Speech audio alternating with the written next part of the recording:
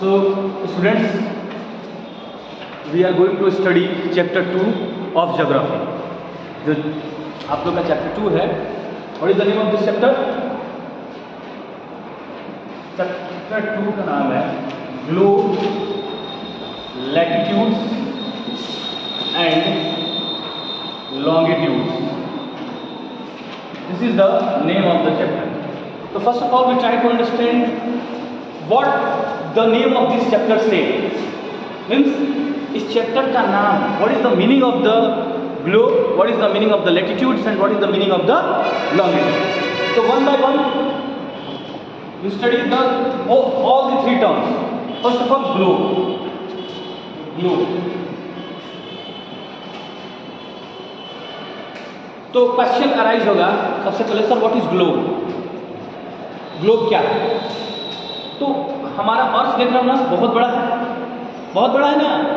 अगर हमें इस अर्थ को किसी को दिखाना है कि हमारा अर्थ दिखता कैसे है, हाउ आवर अर्थ लुक्स, हमारी जो धरती है वो दिखती कैसे है, तो हम लोगों ने उसको एक रिप्रेजेंट करने के लिए एक मिनिएचर मॉडल बनाया, एक छोटा सा मॉडल बनाया. कैसे हम लोग बड़े हैं और हमारा पासपोर्ट साइज फोटो इतना बड़ा आ जाता है, ठीक है ना.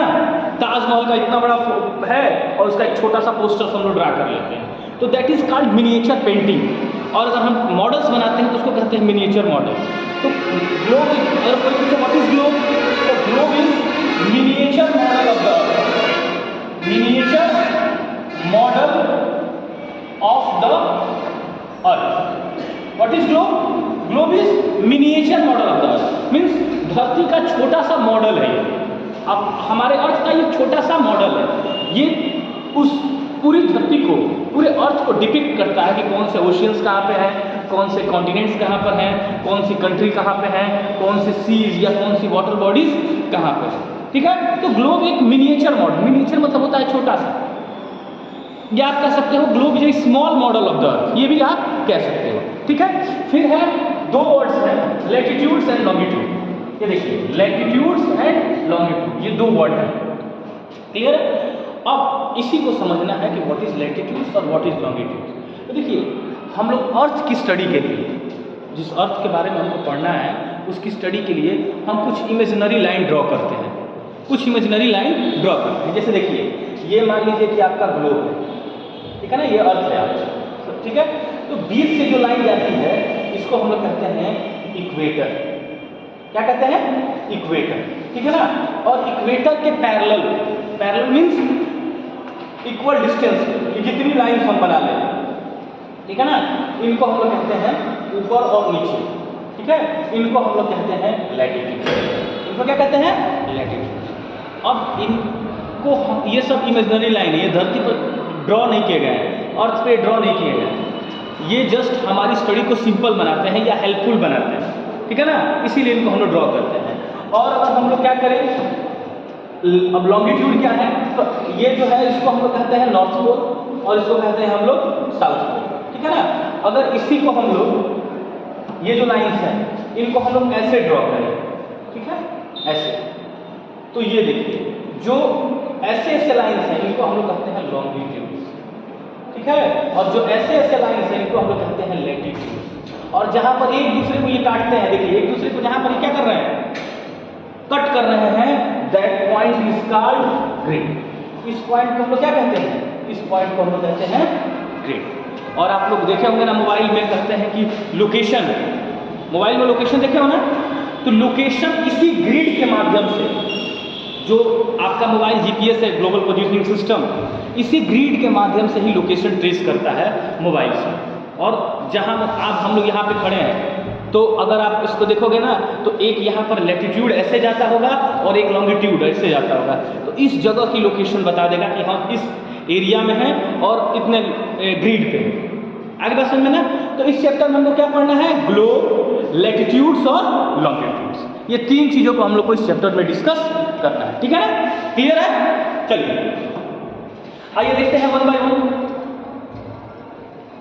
इस चैप्टर में जो बेसिकली हम लोग को पढ़ना है अबाउट ग्लोब, हम लोगों ने थोड़ा सा डिस्कस किया, latitudes and longitudes. Understanding the concept of geography that can help to locate a place accurately on the earth. ये दो पॉइंट्स हैं, या ये आप कह दीजिए कि 2 एलिमेंट्स कह लीजिए। 2 एलिमेंट्स कहने का मतलब है ना कि अगर किसी भी चीज़ को हमें दर्शाना होता है, दिखाना होता है, तो किसी चीज़ की हेल्प लेते हैं ना हम लोग, तो उस चीज़ को एलिमेंट्स कह देंगे हम लोग। जैसे मान लो आपको क्या बनाना है, खिचड़ी बनाना है सपोज करो, तो हम एटलीस्ट उसमें चावल, दाल, नमक और हल्दी, पानी जरूर लेंगे, तो सब उससे मिलेगा। या किसी के हम कहेंगे कि वो तेज चल रहा है, तो हम लोग क्या कहेंगे, इसका मतलब कि तुम धीमे चल रहे हो, यही ना हुआ, इसका मतलब क्या, धीमे चल रहे हो। तो हम रेफरेंस देकर बातों को अपनी कहते हैं। तो लॉन्गिट्यूड्स और लैटिट्यूड्स का रेफरेंस लेकर हम धरती पर किस जगह पर, कहाँ पर क्या चीज़ है, इसकी बातें हम लोग करेंगे इस चैप्टर में, चैप्टर 2 में। तो आइए शुरू करते हैं। फर्स्ट क्वेश्चन है what is globe. What is globe, तो मैंने क्या बताया, ग्लोब इज अ स्मॉल, और इसको स्टैंडर्ड वर्ड में लिख लेते हैं हम लोग miniature, MINIATURE, miniature model of the earth, miniature model of the, ठीक है, धरती का एक छोटा सा नमूना है। In Hindi we can say the globe is a small model, means छोटा सा नमूना, ठीक है। अब देखिए इसने थोड़ा सा स्टैंडर्डाइज कर दिया है। Is a 3 dimensional representation of earth unlike a flat map. It accurately shows the Earth's true shape, features and making it a valuable tool in geography. ठीक है, ग्लोब और मैप दोनों का अपना अपना यूजफुलनेस है। ग्लोब भी और मैप भी, दोनों एक दूसरे का मतलब, ग्लोब का जहाँ पे इस्तेमाल करते हैं वहाँ पर मैप का नहीं है, मैप करते हैं तो ग्लोब का नहीं। लेकिन ग्लोब से अर्थ एज अ होल पढ़ने में लोग क्या मिलता है, मदद मिलता है। पूरी दुनिया को एज अ होल, एक ही बार अगर पूरी अर्थ को पढ़ना है, एक ही बार में पूरे अर्थ के बारे में जानना है, तो हम किससे पढ़ेंगे, ग्लोब से। और अगर अर्थ के किसी अलग अलग पार्ट को डिफरेंट पार्ट को स्टडी करना है, तो हम लोग किससे पढ़ेंगे, हम लोग पढ़ेंगे मैप से, ठीक है। तो ये है आपका क्या definition of globe is a 3-dimensional representation of a flat map। जो फ्लैट मैप है ना, मैप देखो क्लास में लगा है जो, ठीक है, उस मैप का जो 3 डायमेंशनल है, 1D 2D 3D मैप में पढ़ोगे तुम, ठीक है। मैप में तुम लोग पढ़ोगे 1D 2D और 3D। जैसे हम कोई लाइन सेगमेंट खींचते हैं तो उसको क्या कहते हैं, ये 1D है, ठीक है ना। और अगर कोई एरिया ऐसे बना देते हैं तो इस एरिया को हम लोग क्या कहते हैं, ये 2D है। और अगर मान लो हम इसी चीज को ऐसे बनाते हैं जिसमें लेंथ, ब्रेथ और हाइट है, ये तीनों है, तो क्या है, ये 3D है। आगे समझो ना।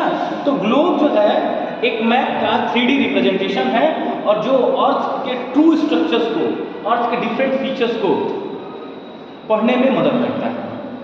लेकिन ओवरऑल हम देखेंगे तो ग्लोब से ज़्यादा बेहतर जो होता है वो मैप होता है। ग्लोब से ज़्यादा बेहतर क्या होता है, मैप होता है। मैप ग्लोब से ज़्यादा बेहतर होता है, ठीक है ना। हम लोग मैप से बेहतर ढंग से, मैप देखो, अच्छा आप बताइए, ग्लोब को कैरी करना आसान है कि मैप को, ठीक है ना। मैप को कैरी करना आसान है, ग्लोब को कैरी करना, इतना बड़ा ग्लोब अगर हो तो कैरी कर सकते हो, नहीं कर सकते। मैप को कैरी करना आसान है, लेकिन ग्लोब को कैरी करना आसान नहीं है। मैप में एक बेहतरीन एंड एक्यूरेसी ज़्यादा होती है in compare to globe, but ये मॉडल है, और एज अ होल अर्थ को पढ़ना है, क्योंकि उसके लिए बेहतरीन क्या होगा, ग्लोब, ठीक है। एक्सप्लेनेशन देखिए, globes are often used in classroom, museum and other educational settings to teach geography. They allow us to see the earth as it's really and provide some more accurate view of a features and shape than a flat map. देखिए, धरती का अलग अलग जो कोना है, धरती मतलब ग्लोब जो है, इस अगर आपको ग्लोब, एक बार आपको क्लास में ग्लोब रहेगा तो ग्लोब के माध्यम से आप यह देख सकते हो या ये समझ सकते हो, आपके दिमाग में एक इमेज बनेगी कि हमारी जो अर्थ है ना, वो बाहर से देखोगे ना तो ग्लोब की तरह दिखता है। हमारा अर्थ जो है बाहर से देखोगे अंतरिक्ष से जाके तो ग्लोब की तरह दिखता है। और वो ग्लोब एक, वही हमने बोला ना, एक मिनिएचर मॉडल, एक इमेज है कि हमारी अर्थ जो है वो दिखती कैसी है, ठीक है। इसका this is because the map distorts the earth shapes and size due to the need of its planet when a globe we can see the earth ocean continents. देखिए मैप्स के भी कुछ डिमेरिट्स हैं। देखिए मैप में जो चीज़ें अब मतलब ऊंची ऊंची चीज़ें को दिखाया जा सकते हैं वो तो क्या है फ्लैट्स, लेकिन वो चीज़ें ग्लोब पे अच्छी तरह से दिखती हैं और वो अच्छी तरह से समझ में आती हैं। तो ग्लोब ना इन क्या कहते हैं अर्थ के शेप और साइज के रिलेशन में मैप्स की तुलना में बेहतर होता है। ठीक है, आगे देखते हैं।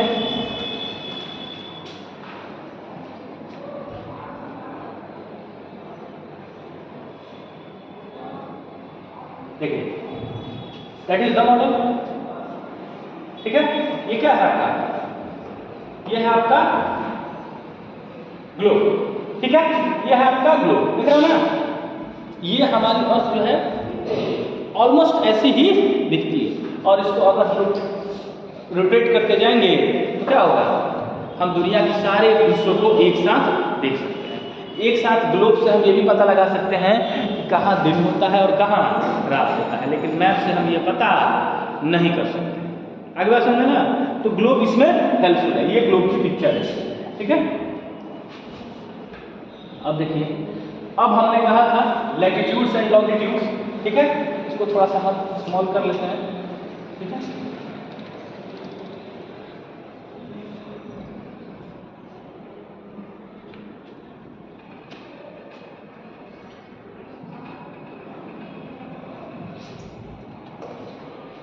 देखिए ये जो है लैटिट्यूड्स एंड लॉन्गिट्यूड्स। देखिए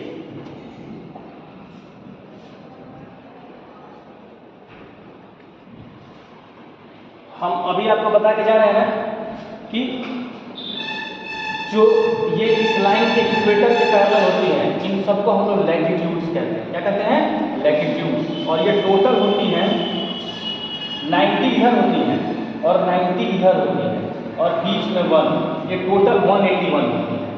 ये जो होती है टोटल 180 इधर और एक इसको लेके और 180 इधर, टोटल ये होती है टोटल 360।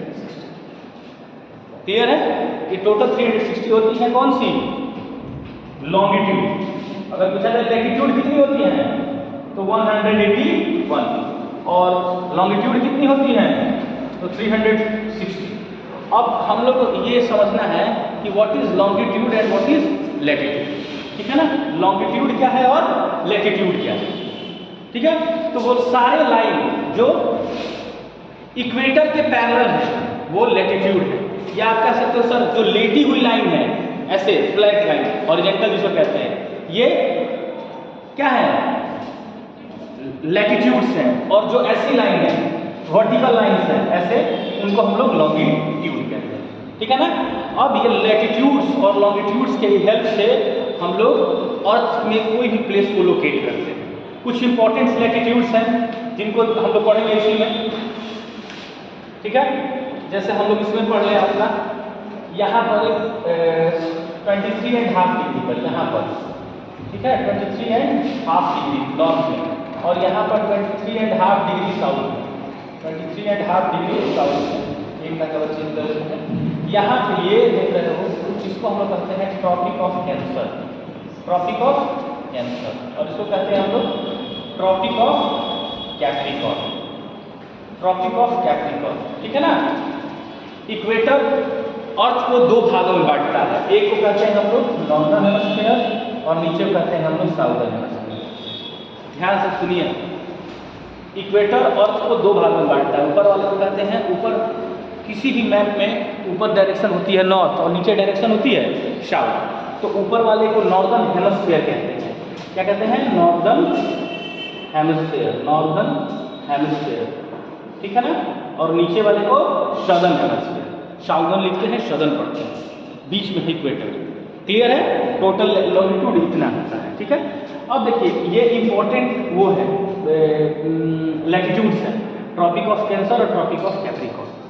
इसके नीचे एक है 66.5 डिग्री पर यहाँ पर होता है, इसको कहते हैं आर्कटिक सर्किल और इसको कहते हैं इसको कहते हैं अंटार्कटिक सर्किल और इसको कहते हैं आर्कटिक सर्किल। ठीक है ना, और उसी तरह हमारे हैं ये है प्राइम मेरिडियन। भारत इंडिया का अगर लोकेशन की बात करें तो इंडिया जो है वर्ल्ड मैप में आपको इधर मिलेगा। क्लियर है? आपको टोटल इंडिया आपको यहाँ पर नॉर्दर्न हेमिस्फीयर में मिलेगा, ठीक है ना। तो ये हमारे लैटिट्यूड्स हो गए और लॉन्गिट्यूड्स हो गए। आगे थोड़ा थोड़ा हम डिस्कस कर लें लैटिट्यूड्स और लॉन्गिट्यूड्स को लेकर, ठीक है।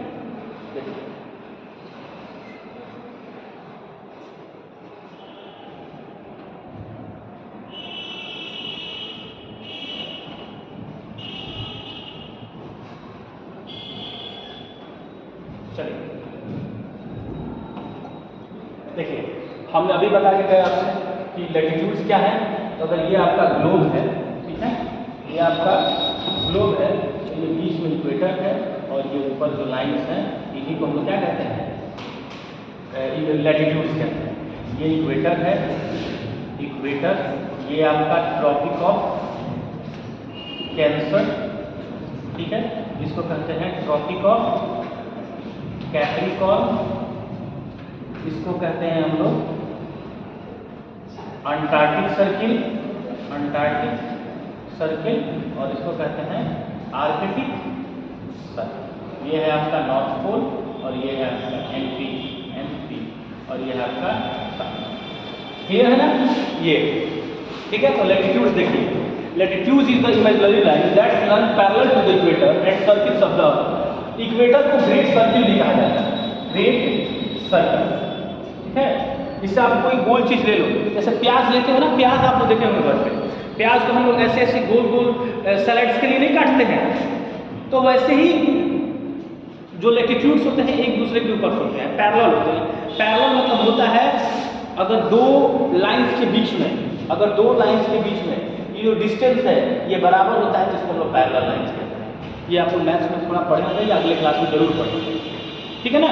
ये लैटिट्यूड्स जो होती हैं ये आपकी अर्थ को नॉर्थ और साउथ में, देखो ये जो है ना, ये ऊपर वाला है नॉर्दर्न हेमिस्फीयर और नीचे वाला है साउदर्न हेमिस्फीयर। अब देखिए latitudes are used to locate a place on the earth surface based on the distance from the equator.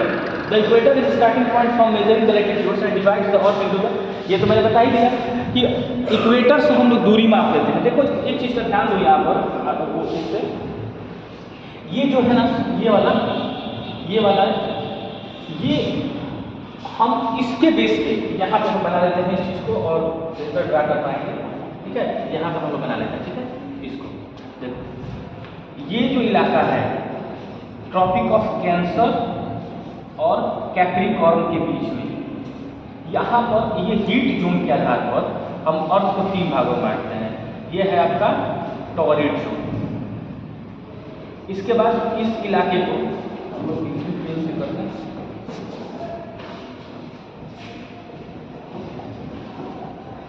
ये जो इलाका है आपका, ये वाला इलाका, ये वाला, इसको हम लोग कहते हैं फ्रिजिड जोन, फ्रिजिड जोन, ठीक है ना। और ये वाला जो इलाका है, सॉरी, इसको कहते हैं टेम्परेट जोन। इसको क्या कहते हैं? Temperate zone, temperate zone. और ये वाला जो इलाका है, ये वाला और ये वाला इलाका, इसको हम लोग कहते हैं फ्रिजिड जोन। मीन्स अगर तुम इक्वेटर के ऊपर या इक्वेटर के नीचे जाओगे टेम्परेचर गिरता चला जाता है, ठीक है ना। तो यहाँ तक हम लोग पढ़ेगा क्या, लैटिट्यूड्स, और नेक्स्ट उसमें लेक्चर में क्या पढ़ेंगे, लॉन्गिट्यूड्स के बारे में, ठीक है। ओके।